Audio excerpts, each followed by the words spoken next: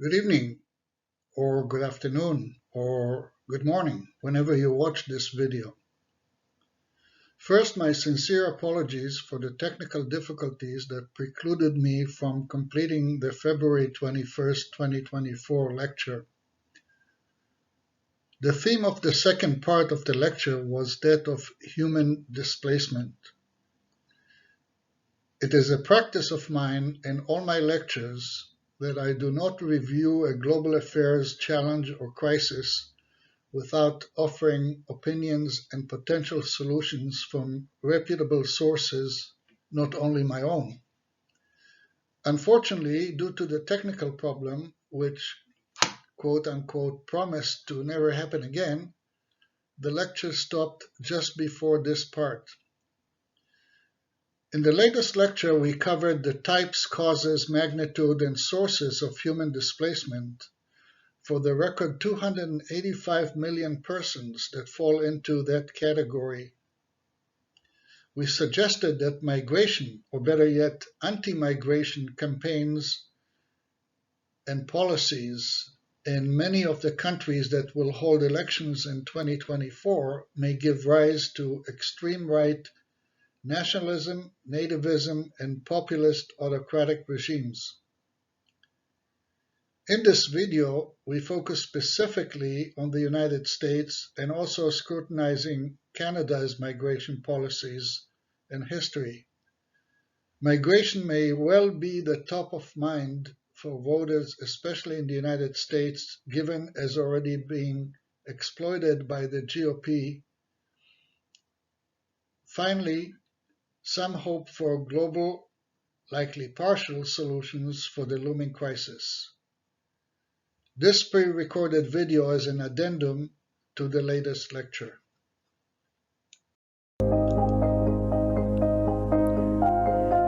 New concerns about the migrant influx at the U.S. southern border. Top U.S. and Mexican officials closed a high-stakes meeting on the crisis, saying they're taking new steps to stem the record flow of migrants.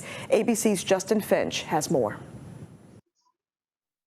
The mayors of New York City, Chicago, and Denver sounding the alarm about the national immigration crisis. Denver Mayor Mike Johnston says his city is scrambling to process busloads of arriving migrants. We're looking at about $160 million of potential costs going into next year's budget. That's almost 10% of our entire city budget. The trio of Democrat mayors accusing Texas Republican Governor Greg Abbott of cruel and inhumane politics for busing migrants across the country. New York City now working to accommodate some 200 migrants bussed in from Philadelphia after their flight from El Paso was diverted due to weather.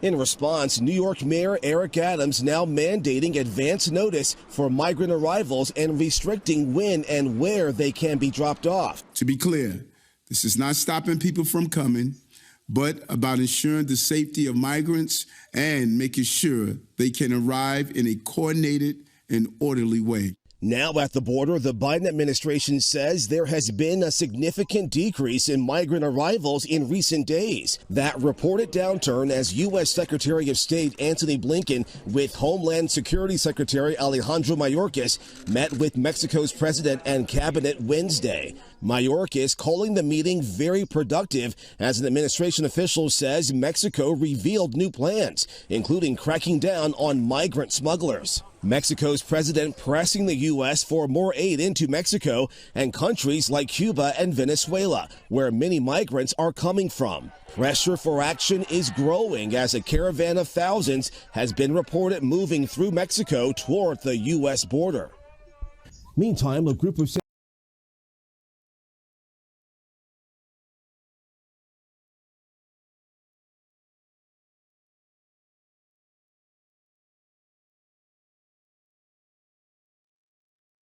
As we mentioned before, in 2024, half the world population will be going to the booth to vote for their respective governments. And migration is going to be foremost on many of these voters.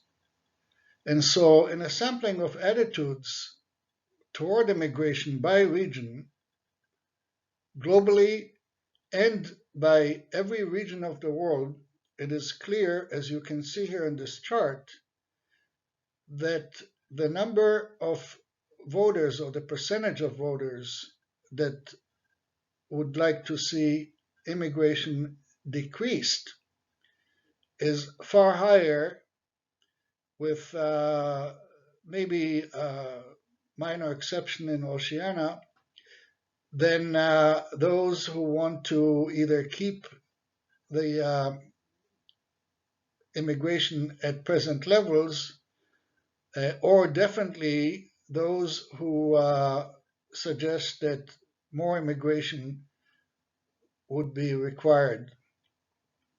And so that tells you what the attitude of voters are and rings the alert with regards to how that could potentially motivate people to come and campaign in elections from the right side of nativism, nationalism, in some cases anti-immigration discriminatory policies to satisfy the voters based on their attitudes, as you can see it here.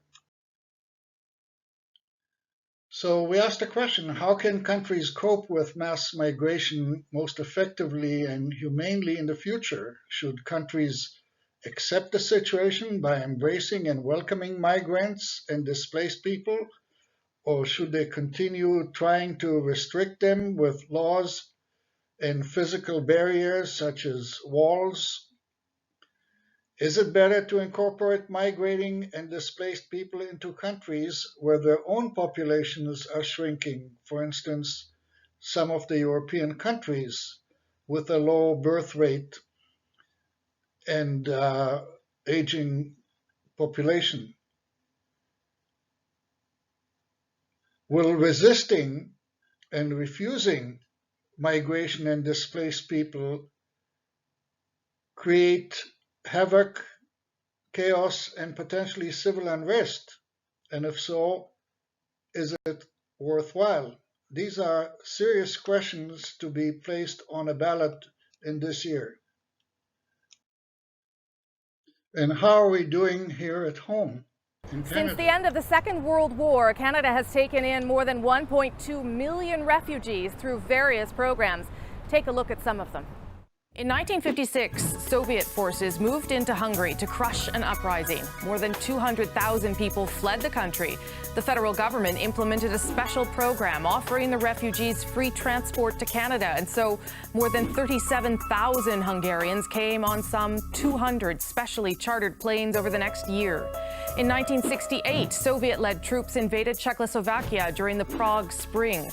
Over the next year, 11,000 Czech refugees came to this country. In 1972, Idi Amin ordered anyone of Asian heritage to leave Uganda. He gave them 90 days to get out. Canada took in 7,000 people after setting up a special office in the region. That is more than any other country except for Britain. Again, on that occasion, many of the refugees came on planes chartered by the government. 3 years later, in 1975, the communist victory in Vietnam forced about 2 million people to flee their homes, many by boat. They ended up in refugee camps in Southeast Asia, creating an international humanitarian crisis by the late 70s.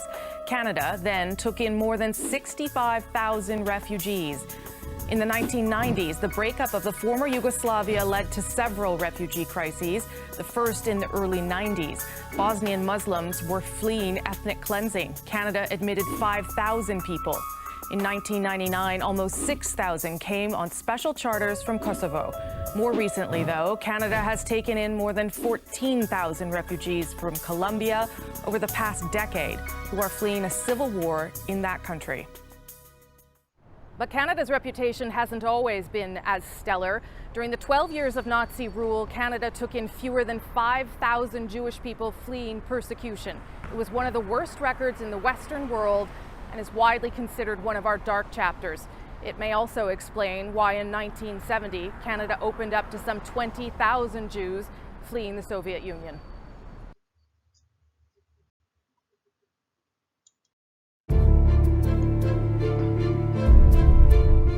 Around 1 in every 100 people on the planet is now a refugee.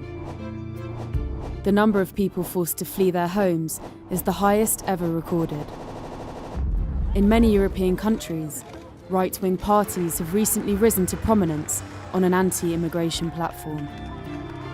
And America, once a leader in refugee resettlement, has more than halved the amount it receives under President Trump. Keep these foreign terrorists from entering our country in the first place. The second half of the 20th century was defined by bringing down walls, and the danger is that the first half of the 21st century is defined by the building of walls. David Miliband is a former British Foreign Secretary and head of a global humanitarian charity. He is also the son of refugees who fled the Nazis and came to Britain. The refugee crisis matters to me because my dad came here as a refugee in 1940. My mum came here as a 12-year-old girl, and I know that if the UK had not admitted them as refugees in the 1940s, then I wouldn't be here today. Currently, there are 65 million people who have been forced to flee their homes, and over 20 million their countries. Solving the refugee crisis is as much about our values and what the West stands for as it is for the future lives of the refugees on the receiving end. Here are Mr. Miliband's ideas for tackling the global refugee crisis. Refugees are displaced for a long time, so they need the chance to work, to give them dignity, to allow them to contribute to the local economy and society. Refugee status is supposed to be temporary, yet around half of the world's refugees are displaced for more than 10 years. During this time, the majority don't have the right to work. But one country has taken pioneering steps to integrate refugees. Uganda has made a decision that it will allow refugees to work.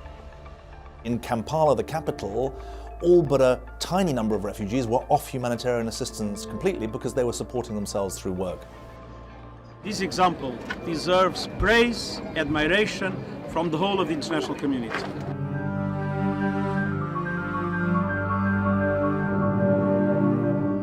Education is a lifeline, not a luxury, and half of all the world's refugees are kids. 3.5 million child refugees don't go to school. This is bad for them, and it's bad for their country of origin, if and when they return home.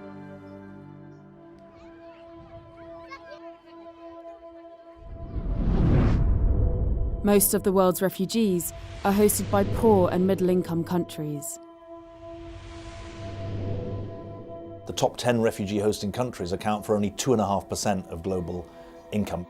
I think it's very important that the responsibility of Western countries is about aid to support those countries that are hosting refugees. Although some Western countries have taken in large numbers of refugees, few refugees receive long-term resettlement packages. Of the 22.5 million who have fled their countries, less than 1% have been resettled in the West. Very few refugees make it to the richer parts of the world, fundamentally because those countries are closing the doors to them. Traditionally, the US has taken about 90,000 refugees a year. President Trump promised 45,000. In fact, he's on track to deliver only 21,000 refugee resettlement places.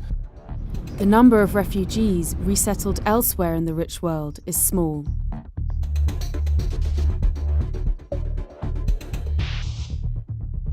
I want people to believe that the refugee crisis is manageable, not insoluble, because the policy solutions are there.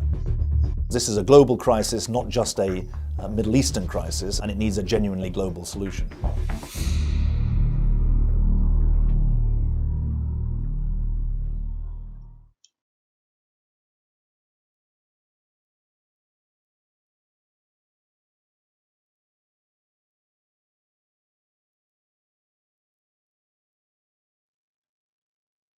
Thank you.